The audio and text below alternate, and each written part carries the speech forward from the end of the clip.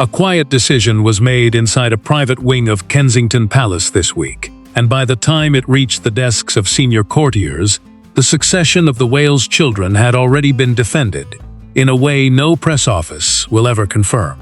It did not begin with a shout. It began with a folder placed gently on a polished table, and a princess who refused to let it remain there. Catherine, Princess of Wales, did not act because of jealousy. She acted because a document she was never meant to see had crossed her line of sight. And inside that document, according to a preserved internal account, sat a soft, patient, methodical proposal that reframed Princess Charlotte's future within the royal line as something negotiable, rather than settled. That mattered because in the modern monarchy, nothing is ever removed by force. Things are removed by drift, by quiet reordering, by the slow substitution of one name for another on schedules, invitations, and photographic itineraries. What Catherine reportedly uncovered was not a scandal in the tabloid sense. It was an architecture, a blueprint, a silent hand adjusting the emotional center of the family. Before we go deeper into what this really means, make sure to subscribe so you don't miss a single update. The room in which the first fracture became visible was not grand. It was a working room, wood-paneled and small, the kind of space where the monarchy's real decisions are shaped long before any camera confirms them. There were 3 chairs occupied and 1 empty. The empty chair had been reserved for the Princess of Wales, and she had not been told the meeting was taking place. That absence, in simple terms, was the message. In palace culture, an unfilled seat at a preparatory meeting is not an oversight. It is a soft signal that a figure's input is considered optional to a particular decision. Catherine understood the grammar of that silence instantly. The folder on the table bore no crest, no signature, only a neutral label describing long-term engagement planning for the next generation of working royals. It looked administrative. It was not. Inside, according to a documented private account, the projected public appearances of Prince George were carefully preserved. The projected public appearances of Prince Louis were quietly protected, and the projected public appearances of Princess Charlotte were softly, almost imperceptibly, thinned. Not erased, thinned. That distinction was the entire strategy. For Camilla, the Queen, the folder was a matter of stability. In her inner reading, according to those familiar with her long, patient temperament, the monarchy had endured 2 decades of turbulence caused by unregulated affection for individual royal figures, and she had come to believe that affection, when unmanaged, becomes a hazard. She did not view the adjustments as a removal. She viewed them as a rebalancing. That mattered because in her mind, love for a child and duty to an institution were not the same instrument, and she believed she was tuning the instrument, not silencing it. For King Charles, the folder was heavier. He had spent a lifetime waiting for a crown, and now, in the second act of his reign, he was watching the weight of that crown press upon the shoulders of a granddaughter he adored. He did not, according to those close to the household, endorse the folder, but he did not immediately reject it either. That hesitation was its own decision. For William, the Prince of Wales, the folder was a private earthquake, felt only through the tremor in his wife's voice when she brought it to him. He read 3 lines. He closed it. He said nothing for a long time. That silence in his household was recognized as the sound of a father recalculating every relationship in the palace at once. For Catherine, the folder was neither a rumor nor a rivalry. It was a boundary, and she had reached the far edge of it. To understand why this carried such force, the story must return to a smaller evening months earlier, when the crisis first planted its quiet root. It was a family dinner, not a state event, arranged with the careful informality that the royal household uses to smooth private tensions. The table was long, the lighting low, the courses unhurried. Princess Charlotte, then in the delicate phase of being introduced more visibly to the rhythm of royal duty, sat between her parents.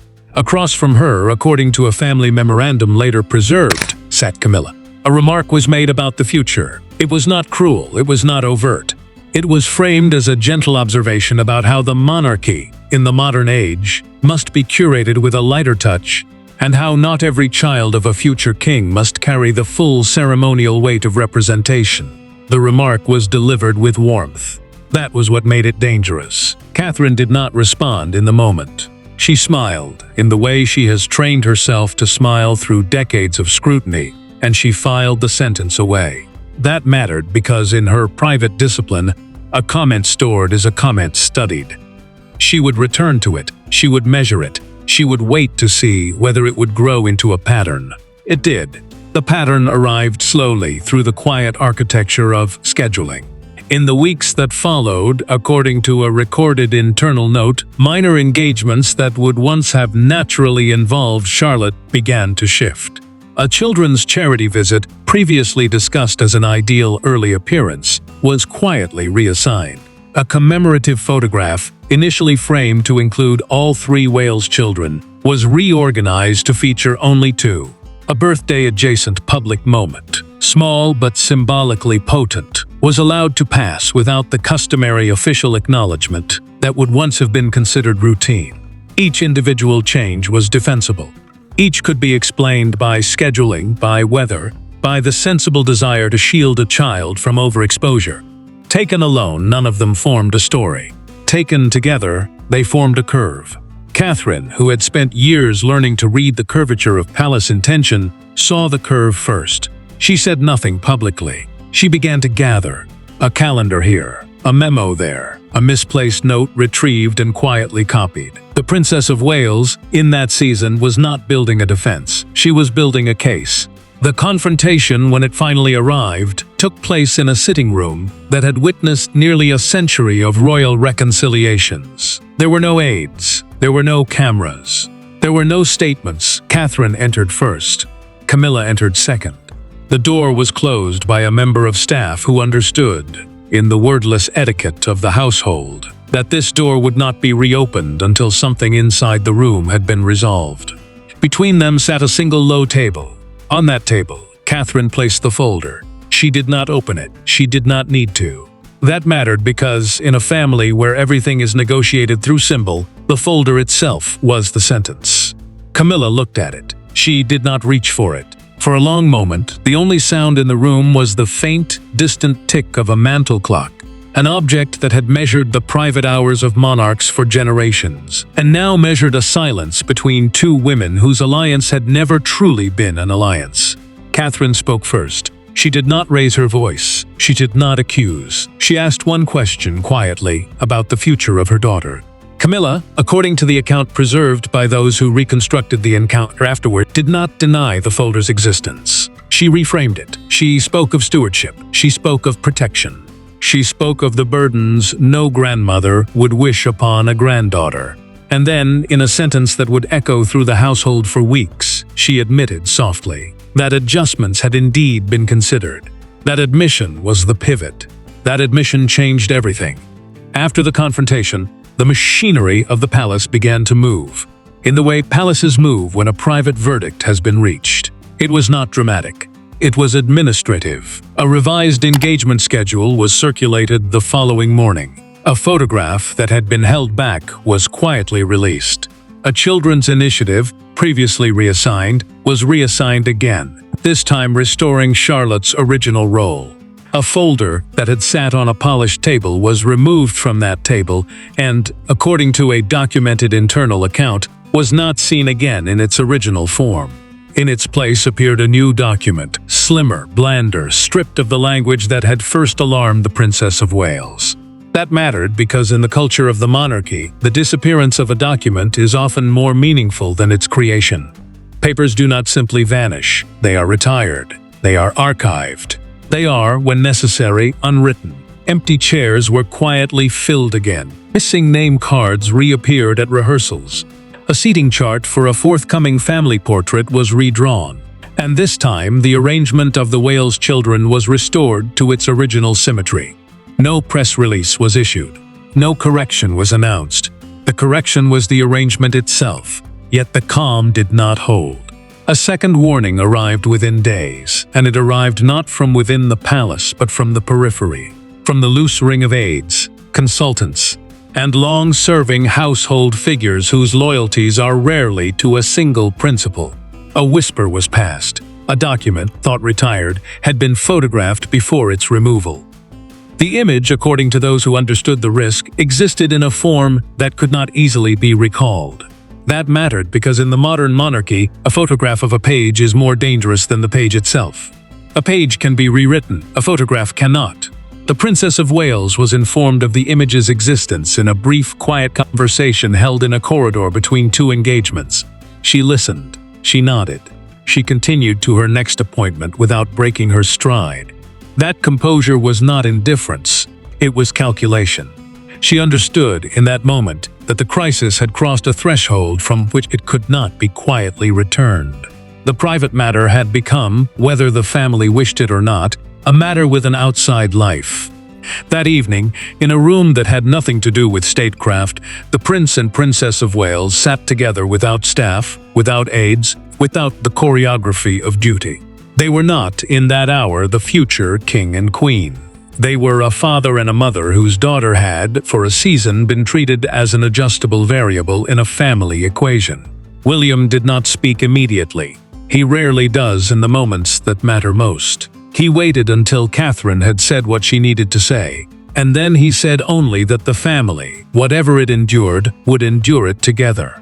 That mattered because in the private lexicon of their marriage, the word together has always carried a specific weight, forged in the long years when he was a grieving son and she was a patient, watching companion. He reached for her hand. She let him take it. There was no grand declaration. There was no vow of retaliation.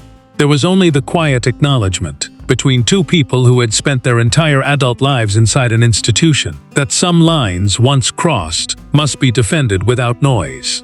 In that small room, without cameras, without statements, without warnings, a decision was made. Charlotte's place in the line would not be adjusted, softened, thinned, or reframed. Not now, not later, not ever. The story, however, did not remain inside the palace. It rarely does.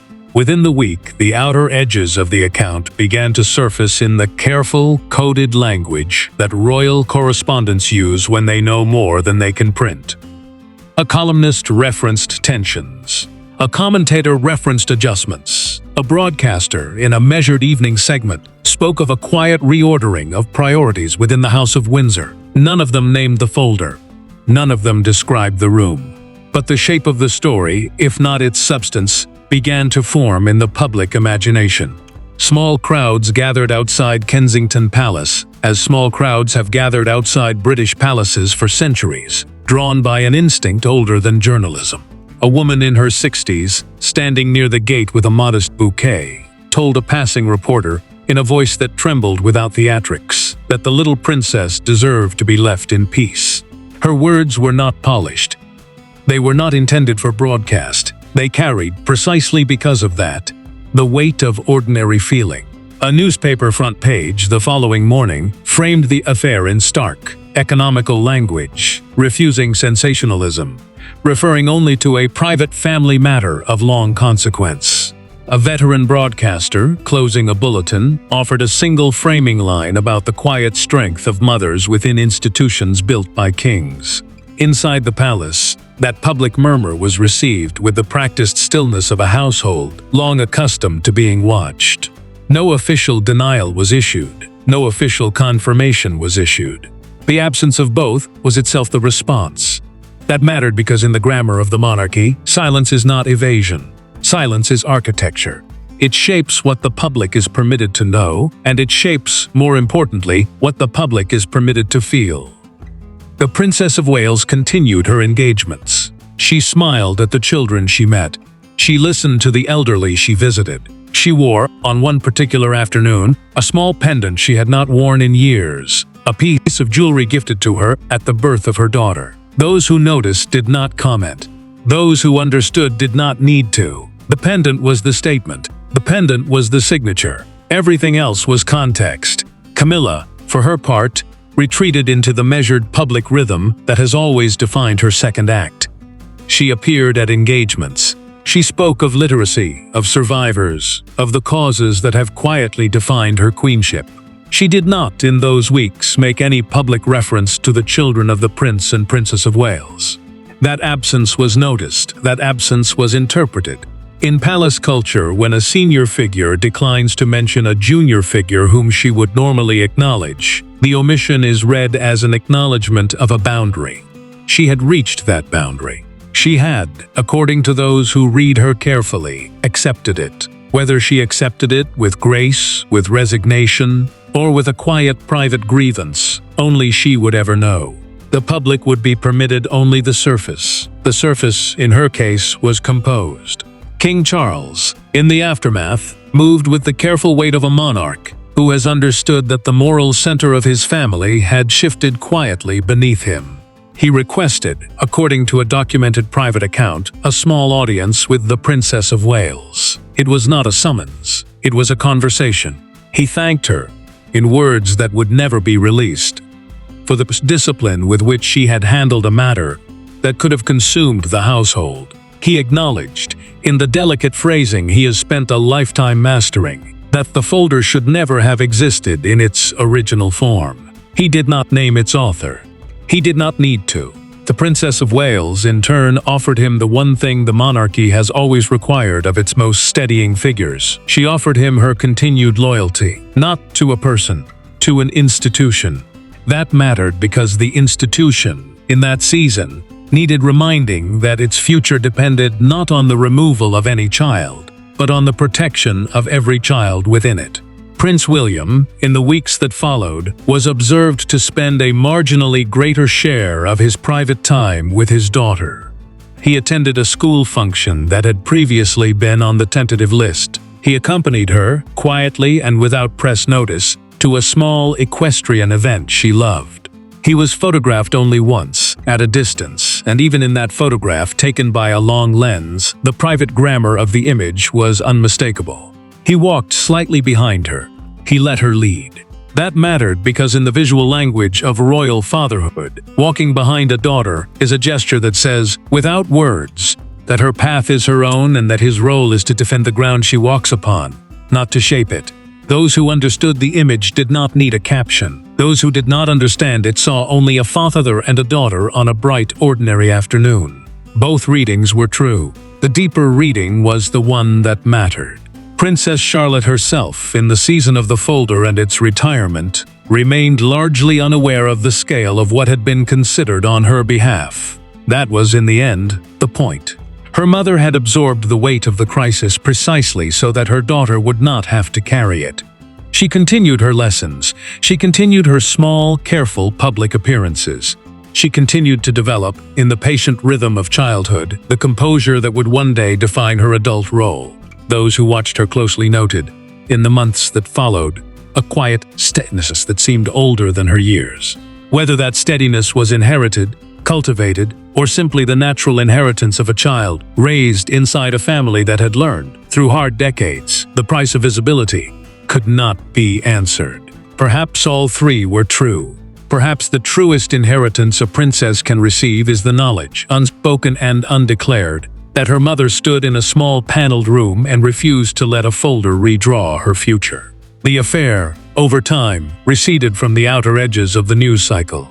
Other stories arrived, as other stories always do, and the public attention that had briefly turned toward Kensington Palace turned elsewhere. Yet inside the household, according to those who track the long memory of institutions, the affair did not recede. It was archived. It was studied. It was, in the quiet way that palaces record their private lessons, absorbed into the working knowledge of the next generation of courtiers. A folder had been created. A folder had been challenged. A folder had been retired. And in the space between its creation and its retirement, the Princess of Wales had established, without a single public sentence, that the line of succession within her own children was not a document to be adjusted by others.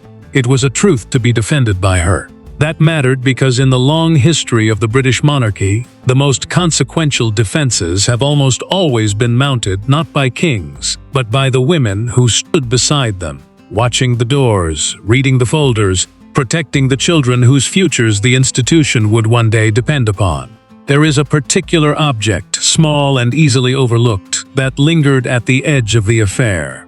It was a name card, handwritten, that had been prepared for a family gathering months earlier and then quietly withdrawn from the seating arrangement. The card bore Charlotte's name in the careful calligraphy the palace still commissions for such occasions. After the confrontation, according to a preserved account, the card was returned to the arrangement. It was placed at the position originally intended for her. It sat there through the length of the gathering, and afterward it was not discarded. It was kept. Small objects in the life of the monarchy often carry weight far beyond their material form. A ring on a finger, a pendant at a collar, a card at a table. Each of them, in its own quiet way, becomes a record of a decision. The card, for those who understood its history, became a record of a decision that had nearly gone the other way and had been corrected, gently and irrevocably, by a mother who had refused to allow her daughter's name to be lifted from a seat that belonged to her. There is also, in the long shadow of the affair, a lesson about the modern monarchy that will be discussed in the private seminars of future courtiers for years to come. The lesson is not about power. It is not about rivalry. It is not about the personalities of the women who sat across from each other in that small paneled room. The lesson is about the fragility of continuity. An institution that has endured for 1,000 years endures not because it is invulnerable, but because in each generation, someone stands quietly and without spectacle at the point where its continuity is being tested. In this generation, at this test, that someone was Catherine. She did not announce her stand. She did not campaign for it. She did not weaponize it. She simply placed a folder on a table, asked a single question, and waited. That waiting was the strategy. That waiting was the strength. That waiting was, in the end, the reason the folder was retired and the seat was restored. The affair, in its final shape, will not appear in any official history for many years. When it does appear, it will appear in the careful, understated prose that the monarchy reserves for its most consequential private moments. It will be described as a period of internal recalibration. It will be described as a season of quiet review. It will be described in words that reveal almost nothing and preserve almost everything. Those who lived through it, on both sides of the paneled room, will recognize the words for what they are, and they will understand that the true story was told not in any document but in the silences between them. Silences in the life of the monarchy are the true archives. They record what the crown cannot say and what the family cannot forget. For Camilla, the season ended with a lesson in the limits of stewardship. She had believed that a modern monarchy required a lighter architecture of representation, and she had acted on that belief with the patience she has always brought to institutional matters. She had underestimated, however, the depth of a mother's vigilance and the precision of a princess who had spent 2 decades learning to read the palace's every gesture. For Charles, the season ended with a quiet reaffirmation of the emotional axis of his family. He had allowed a hesitation. He had corrected it. He had, in the manner of monarchs who understand that their reigns will be measured by the coherence of their household's chosen coherence. For William, the season ended with a deeper trust in the woman he had married and a clearer sense of the world his daughter would inherit. For Catherine, the season ended with no visible triumph. There was no statement. There was no interview. There was only the ordinary rhythm of her engagements, resumed and continued, as though nothing had happened. That precisely was the triumph. The world had not been told. The world had not needed to be told. The seat had been restored. The card had been kept. The folder had been retired. The daughter had been protected. In the quiet hours after the affair had settled, a light remained on late in one of the working rooms of Kensington Palace. Inside that room, according to a documented private account, the Princess of Wales sat alone with a small stack of papers. She was not reviewing schedules. She was not reviewing correspondence.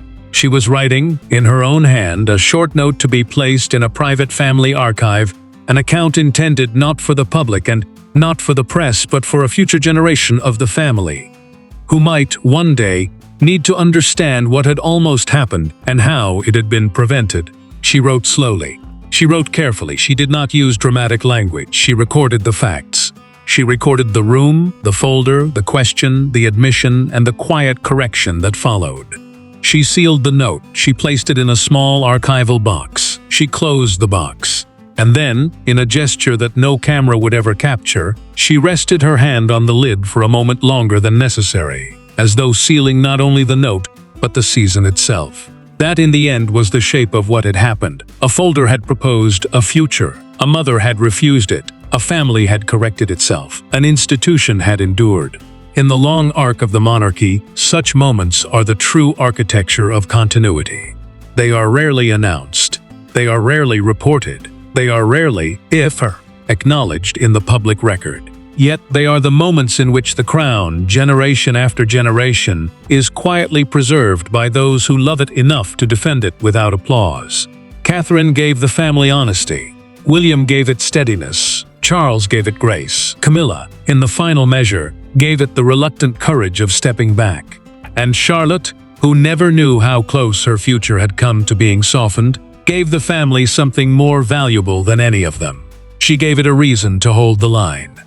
Thanks for watching. Please don't forget to like and subscribe, and we will see you in next.